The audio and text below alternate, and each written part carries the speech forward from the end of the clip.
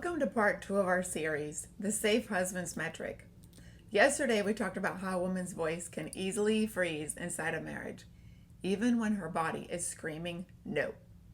Today I'm giving you a literal physical checklist so you can read her nervous system. The first metric is what I call the brace versus the melt.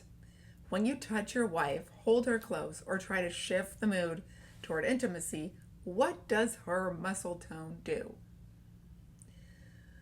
Does her body melt into your chest, or does she subtly brace? If you feel her jaw clench, her shoulders tighten toward her ears, or she holds her breath, her nervous system has just entered a defensive survival state. A safe husband never pushes past a bracing body. If she is stiff, you stop. The second metric is checking for passive rigidity. Is she actively participating, or is she just enduring? If your wife is lying completely still, keeping her arms flat at her sides, avoiding eye contact, or staring blankly at the ceiling, she isn't just being quiet. She may be dissociating.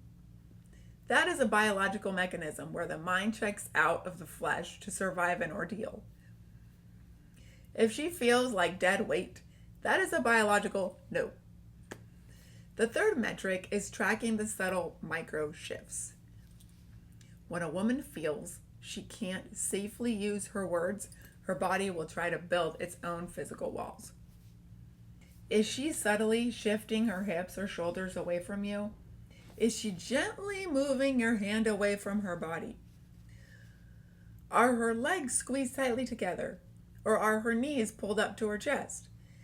If you have to physically override or manipulate your way around these defensive barriers, you are overriding her autonomy. A safe husband doesn't treat his wife's body like an object for consumption. He treats it like a sanctuary. Tomorrow in part 3, we're going to look at the single most common relational trap well-meaning men fall into, the danger of worn-down compliance. I'll see you tomorrow. Remember, you were made to breathe, not suffocate. Stay unfiltered.